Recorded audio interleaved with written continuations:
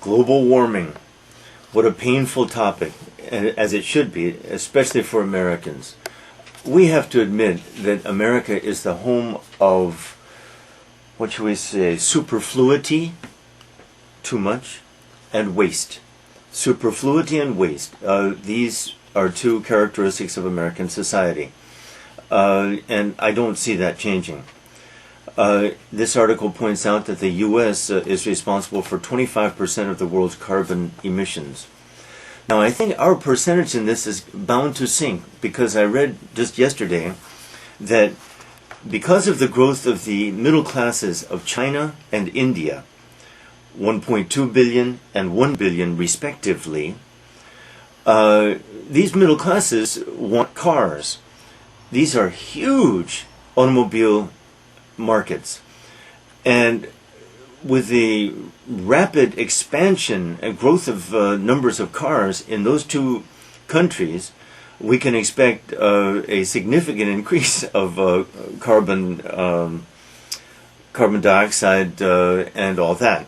Now, countermeasures to try to reduce this phenomenon, or try to not eliminate, but bring under control this problem.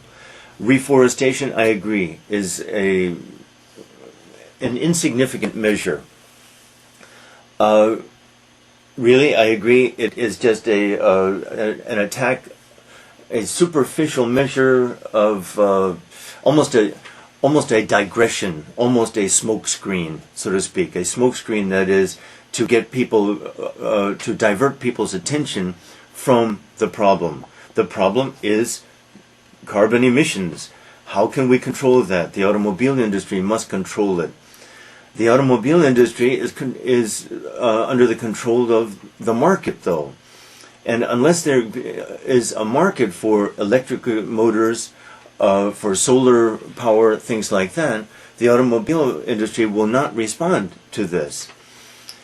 Ultimately, then, the cause of the problem is the consumer, especially the American consumer, but all the consumers of the world. And no one wants to apply severe measures to the automobile industry, which is one of the largest in the world. No economy could survive such things. It seems that there's just a vicious circle of arguments and no easy solutions. It seems to me the solutions will have to be imposed by necessity. That is, when things get so bad that we have no choice, but then it's liable to be too late. It's a very disturbing problem. This article doesn't explain what carbon sinks are, but I assume that this will be a superficial and ultimately ineffective measure. So, no solution.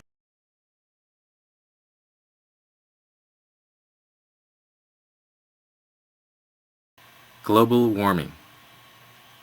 1. What are two characteristics of American society?